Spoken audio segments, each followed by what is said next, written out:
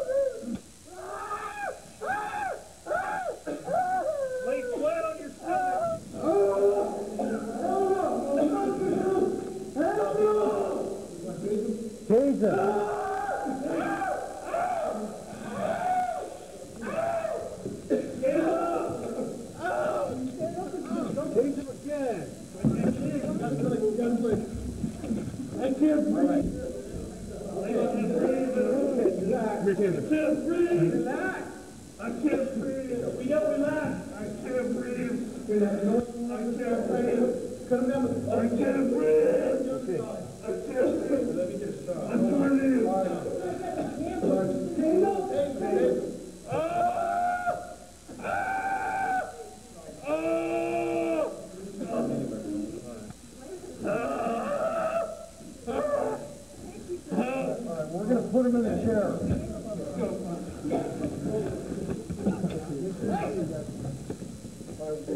How many prongs are in him? He has three. Okay. There's four. There's one here. Okay. All right, let's get the nurse to take all the prongs out. We'll reload the gun. Yeah. Give him room.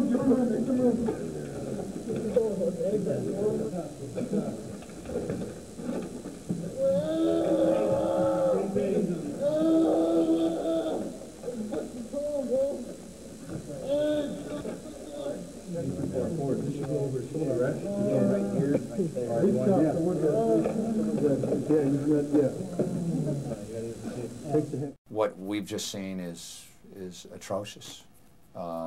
What actually happened? I mean, this guy was arrested for being in a bar fight, right? Correct. And they brought him to the jail, and as we've seen in the video right here, he was sitting on the bench with his hands handcuffed, right, behind his back. Yes. And what actually took place? What appears took place is that Matt Fleury was talking to another person who was seated on the bench that he had been in the fight with. And you see an officer come up behind him and take his fist in his forearm and hit him in the back of the head. And you can see his head jerking to one side. Right. And there was no reason for that other than just to demean him and to injure him and to use excessive force. Okay. And I think it's important to note that later in the video, you'll hear Mr. Fleury verbalize, "I got sucker punched." And I think that confirms, even if you find the video to be a little bit inconclusive, which I don't. I think it's very clear. You can see his head snap after the forearm. But it certainly confirms that our client was sucker punched. See, here's my question. If a person is drunk, oftentimes they shoot their mouth off, you know, and it pisses off some of the sheriff's deputy. What is the proper procedure with handling someone who won't keep their mouth shut? Well, at Orange County Jail, they are going to take him into a sober cell and leave him there until he cools off, until he gets sober. That was what was supposed to happen. Right. But that didn't happen in this case, as you can see in the video. And why didn't it happen? Well, it didn't happen for this reason. After Matt was sucker punched, hit in the back of the head, he was taken off camera. So there are a few minutes where we don't know what happened. Yeah. And the next event is you can see him on camera, and they're trying to take him down, and he's apparently completely freaked out, had been hit in the back of the head, and doesn't want to be taken down. They're telling him, "We're taking your pants off." That's what they're trying to do. Okay, now we hear him screaming. What is happening there? Well, he's screaming for a number of reasons. He's scared to death because he's already been hit and beaten, and they're continuing to take him down, and they're telling him they're taking his pants off. They don't explain why they're taking his pants off. and he is resisting at that point. Yeah. He's resisting because he's scared to death that he's going to either be raped or beaten, or both. And he's also already requested a lawyer and told, quote, that's not going to happen. So he's certainly fearful. He's unprovoked assault, and now they're taking him somewhere else and trying to take his pants off without explaining. As we watch the video, we see that there's 5 deputies, approximately 4 or 5, that are holding him down. One of them, as you have mentioned earlier, 280 or 240-pound deputy who drops his head on the ground. Is that correct? When Matt's lying on the ground and he's on his stomach, you see a number of deputies on him. I believe there's more than 5. There's probably 6 to 8 deputies. Yeah. And one of the large deputies, over 240 pounds, with his full body force, drops his knee onto Matt's head and face, slamming him onto the cement where he sustained really severe, significant injuries, by the way. When did they start tasing him, as we've seen in this video?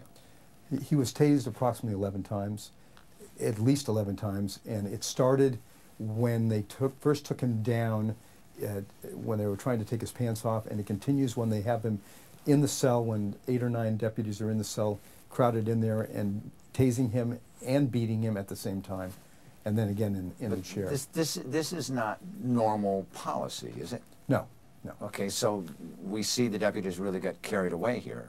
Oh, I think it was it appears that they did, and they're supposed to be trained certainly to stay cool under those kind of circumstances. As you mentioned earlier, this isn't the normal policy, but sometimes they do get angry. That's a normal human response to someone who is, let's give them the benefit of the doubt that our client had had something to drink and was belligerent. But they're supposed to be trained to not get emotional, the old sticks and stones thing. So long as it's just verbal conduct, they aren't supposed to do anything. We believe the tasers were used for a little extrajudicial justice. And I might also add that when Mr. Bernard says 11 times, we really believe it was more, because once the probes are connected to the body, those little things that stab into you to hold up, you can electrocute more than 1 time. So it probably was more than 11, but he's got a minimum of 11 sets of marks on his body. The voltage going in there is how much?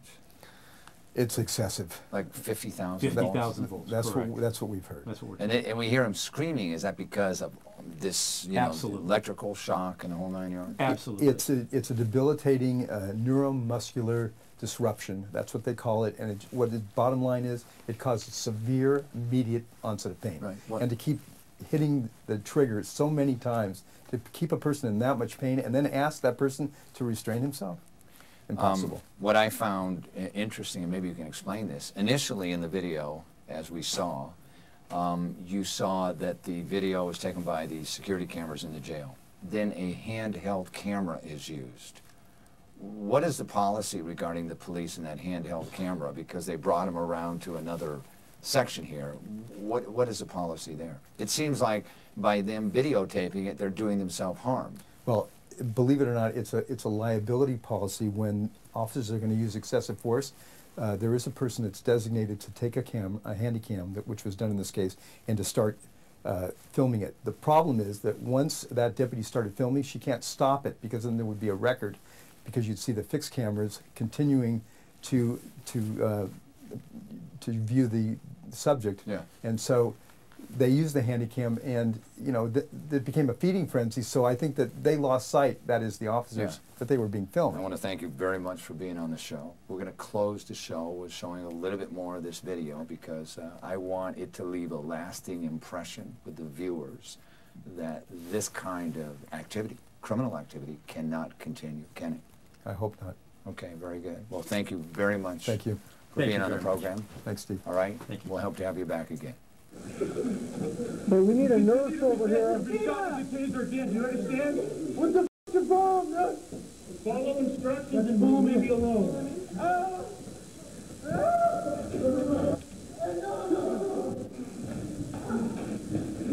Look out! Look out! Look out! Look out! Shoot him again! Look out! We're shot in the back!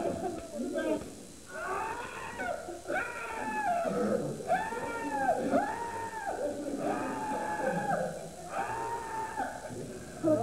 All right, that doesn't work.